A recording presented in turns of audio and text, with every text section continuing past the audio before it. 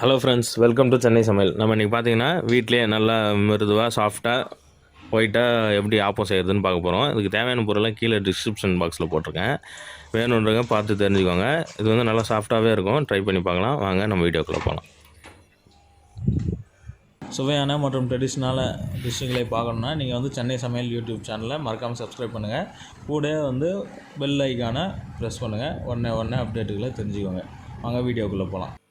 முதல்ல பார்த்திங்கன்னா நம்ம அரிசி எடுத்துக்க போகிறோம். ஒரு ஆளாக்கு புழுங்கல் அரிசி எடுத்துக்கோங்க. அது மாதிரி 2 ஆளாக்கு வந்து பச்சரிசி எடுத்துக்கோங்க. ஒரு 6 ஆளாக்கு உளுந்து போட்டுக்கோங்க. வெந்தயம் 1 ஸ்பூன் அளவுக்கு போட்டுக்கோங்க. இது எல்லாத்தையும் போட்டு ஊற வச்சுருங்க. ஊறட்டும், நல்லா ஒரு 1 மணி நேரத்துக்கிட்ட ஊறட்டும்.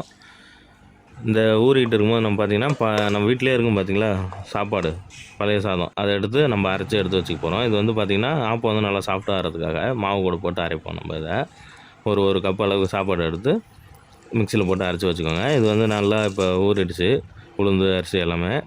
இது வந்து கிரைண்டரில் ஆட்டுங்க. மிக்சியில் நிறைய பேர் ஆட்டுவாங்க. மிக்சியில் ஆட்டுறதோட கிரைண்டரில் ஆட்டினா வந்து எப்போவுமே நல்லது. போட்டுக்கோங்க. எல்லாத்தையும் வந்து ஒரே இதிலே போட்டுடலாம். நீங்கள் போட்டு நல்லா அரைச்சி எடுத்துக்கோங்க. கொஞ்சம் நைஸாக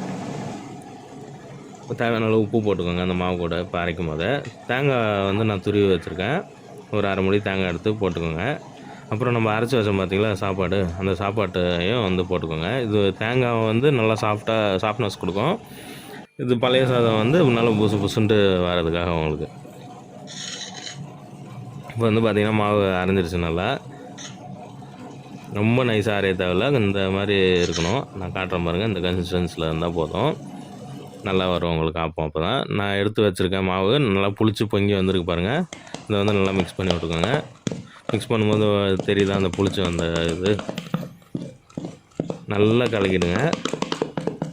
உப்புலாம் வந்து ஆல்ரெடி போட்டாச்சு. நல்லா தண்ணியாக இருக்கட்டும். ரொம்ப இதுவாக இது பண்ண வேணாம். நம்ம வந்து சோடா மாவு லைட்டாக கிளாஸில் கலக்கி ஊற்றிருக்கேன். ஒரு 2 பிஞ்ச் அளவுக்கு சோடா மாவு கிளாஸில் தண்ணியில் கலக்கி ஊற்றி மிக்ஸ் பண்ணிக்கோங்க.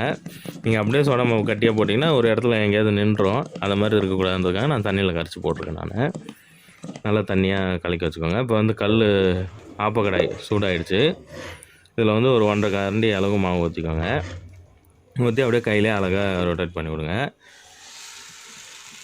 என்னோடய ஆப்பக்கடாய்க்கு வந்து 1.5 கரண்டி மாவு பிடிக்கும். உங்களது சைஸுக்கு ஏற்ற மாதிரி நீங்கள் ஊற்றிக்கோங்க. மாவு பார்த்திங்கன்னா இந்த மாதிரி நல்லா சுற்றி விட்டு மூடி வச்சுருங்க. நான் நான்ஸ்டிக்ன்றதுனால எண்ணெய் ஊற்றலை. உங்களுக்கு எண்ணெய் வேணும்னா கூட எண்ணெயோ நெய்யோ எது வேணாலும் ஊற்றிக்கலாம். இப்போ வந்து பார்த்திங்கன்னா ஒரு 2 நிமிஷம் மூடி போட்டு வச்சுருக்கோம். இப்போ திறந்திங்கன்னா பார்த்திங்கன்னா சூப்பராக நல்லா புசுன்ட்டு இருக்கு பாருங்கள். சாஃப்டாக இருக்கும். அது நம்ம தேங்காய் பூ, பழைய அரிசி அதெல்லாம் போட்டதுனால நல்லா சாஃப்டாக புசுன்ட்டு இருக்கும். நல்லா வெந்துடுச்சு. இப்போ எடுத்து வேறு பிளேட்டில் வச்சுக்கோங்க. பார்த்திங்கன்னா பார்த்தாலே தெரியும் பாருங்கள் உங்களுக்கு நல்லா சாஃப்டாக. இப்போ இன்னொரு வாட்டி காட்டுற பாருங்கள். ஒரு 1.5 கரண்டி மாவு ஊற்றிக்கோங்க. ஊற்றி அப்படியே நல்லா மிக்ஸ் பண்ணி விட்ற வேண்டியதான். இது இன்னும் கொஞ்சம் மொறுன்னு வேணும்னா நீங்கள் இன்னும் ஒரு 2 நிமிஷம் வைக்கிறது வந்து 3 நிமிஷமாக வச்சுக்கோங்க. நல்லா மொறுன்னு வரும். ஆனால் நல்லா சாஃப்டாக தான் இருக்கும். உங்களுக்கு டேஸ்டியாகவும் இருக்கும். அது கண்டிப்பாக ட்ரை பண்ணி பாருங்கள். இப்போ அது மாதிரி ஊற்றி ரொட்டேட் பண்ணி மூடி வச்சுருங்க. மூடி வச்சுட்டு ஒரு 2 நிமிஷம் கழித்து திறந்து பாருங்கள். பார்த்திங்கன்னா நல்லா இந்த சைட்லலாம் ஓரலாம் அதுவே ஆப்பக்கடையிலேருந்து எடுத்துகிட்டு வந்திருக்கு பாருங்கள்.